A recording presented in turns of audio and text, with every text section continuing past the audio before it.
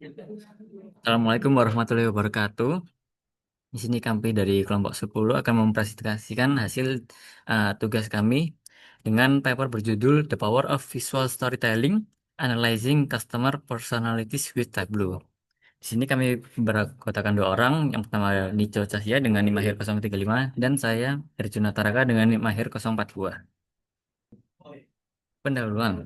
Secara tradisional, strategi pemasaran massal one size fits all sering dianggap kurang efektif karena tidak efisien, kurang relevan dengan pelanggan, dan sulit mendukung inovasi.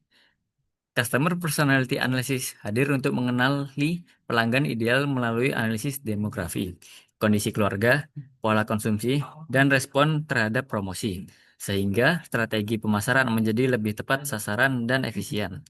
Penelitian ini berfokus pada pemahaman karakteristik pelanggan dengan visualisasi interaktif Tableau dengan tujuan melakukan segmentasi, mengidentifikasi pelanggan bernilai tinggi, mengevaluasi efektivitas kampanye, menganalisis keluhan, serta mengoptimalkan strategi pemasaran. Nah, metodologi penelitian ini dilakukan memanfaatkan marketing campaign dataset yang kemudian dianalisis menggunakan Tableau. Tahapan metodologi dirancang untuk memastikan data dapat memberikan gambaran komprehensif tentang perilaku pelanggan. Alurnya di sini pertama dataset collection, mengambil marketing campaign dataset dari Kaggle. Lalu kedua ada data preparation, pemilihan atribut, pembersihan, dan penyusunan data. Ketiga ada exploration with Tableau, visualisasi data demografi, belanja, promosi, kanal pembelian. Lalu ada keempat dashboard development, mengintegrasikan semua visualisasi dalam satu dashboard interaktif.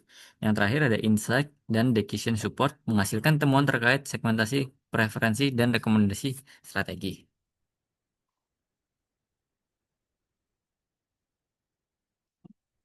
Dataset yang digunakan adalah Marketing Campaign Dataset Kaggle 2022 yang memuat informasi detail mengenai pelanggan. Analisis difokuskan pada 4 dimensi utama atau 4P. Yang pertama ada people, data demografi, yang mencakup usia, pendidikan, status pernikahan, pendapatan, jumlah anak atau remaja, dan lama berlangganan. Lalu kedua ada products yang mencakup wine, buah, daging, ikan, permen, dan emas. Ketiga ada promotion, yaitu respon terhadap 5 kampanye promosi dan jumlah pembelian dengan diskon. Terakhir ada place, yaitu kanal pembelian seperti website, katalog, toko fisik, serta frekuensi kunjungan web. Dataset ini memberikan landasan kuat untuk analisis karena mencakup faktor demografis, perilaku belanja, hingga interaksi pelanggan dengan promosi. Nah, hasilnya di sini ada yang pertama ada enrollment trends, yaitu tren pendaftaran pelanggan berfluktuasi dari bulan ke bulan. Yang tertinggi di sini ada bulan Agustus, lalu yang terendah ada bulan Juli. Dan di sini dibedakan parameternya dengan warna. Beberapa pola ini dipengaruhi faktor eksternal seperti musim, kalender akademik, dan promosi. Nah, selanjutnya ada perbandingan age dan marital status atau status pernikahan. Demografi pelanggan memperlihatkan dominasi kelompok usia tertentu, yaitu pada mayoritas pelanggan berusia 45 sampai 55 tahun dan dengan status pernikahan terbanyak yaitu married. Nah, segmen keluarga menjadi basis pelanggan utamanya.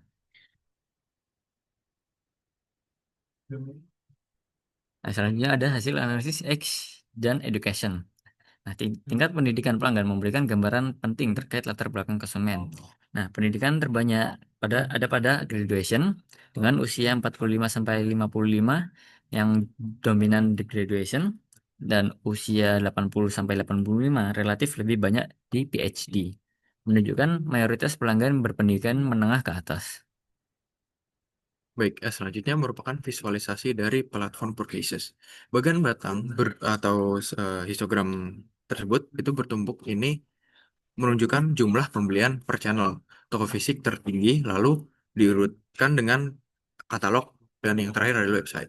Dan warna mewakili status Meritial, di mana merit konsisten yang paling aktif. Nah, kesimpulannya di sini adalah toko offline masih menjadi primadona dan perlu mempertahankan eksistensi toko fisik sambil tingkatkan pengalaman online. Baik, selanjutnya adalah product preferences. Grafik batang bertumpuk ini menunjukkan jumlah pembelian per kategori produk. Wine dan daging memiliki volume tertinggi, diikuti lalu ikan, permen, dan buah. Dan warna pada diagram batang tersebut menunjukkan pelanggan merit berkontribusi paling besar di semua kategori, yang disimpulkan bahwa preferensi produk bersifat konsisten dengan fokus pada wine dan daging. Segmen merit adalah sebuah konsumen yang paling loyal dan berpotensi untuk membeli produk yang premium. Baik, selanjutnya adalah website engagement.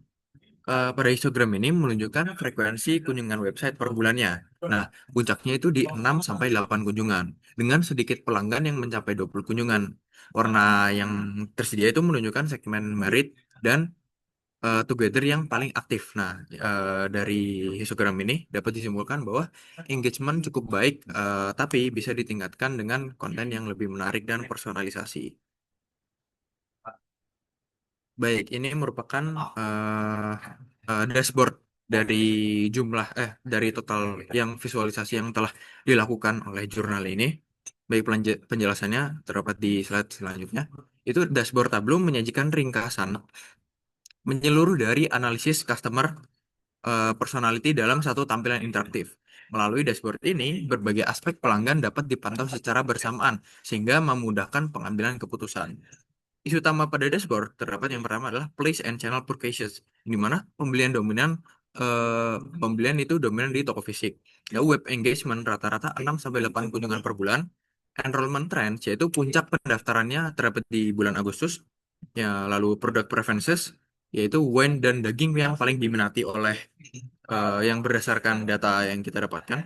Lalu komplainnya, 99% pelanggan itu tidak mengeluh. Lalu untuk campaign responsesnya, kampanye terakhir mendapat respon yang tertinggi.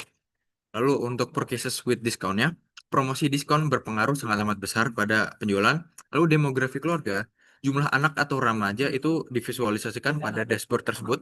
Lalu untuk income dan education, yaitu pendapatan bervariasi menurut pendidikan pada visual tersebut. Lalu people by age, yaitu mayoritas 45 sampai 55 tahun. Dan itu mayoritas itu adalah merit yang pada dashboard tersebut. Nah, untuk kesimpulan dari dashboard tersebut itu memberikan insight bahwa komprehensif untuk strategi bisnis.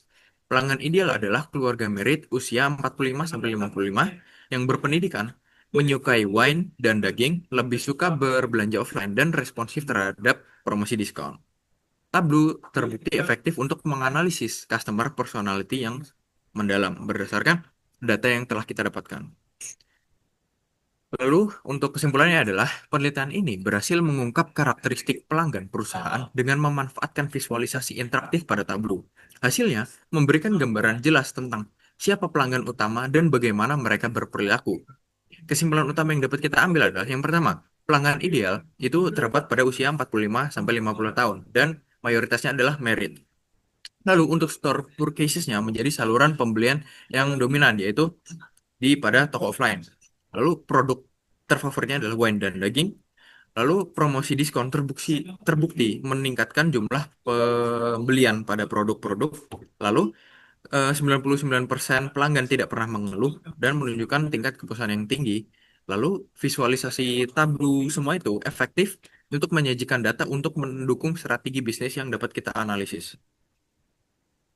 Baik, sekian terima kasih kami ucapkan kepada Bapak Hendra. Kami ucapkan wassalamualaikum warahmatullahi wabarakatuh.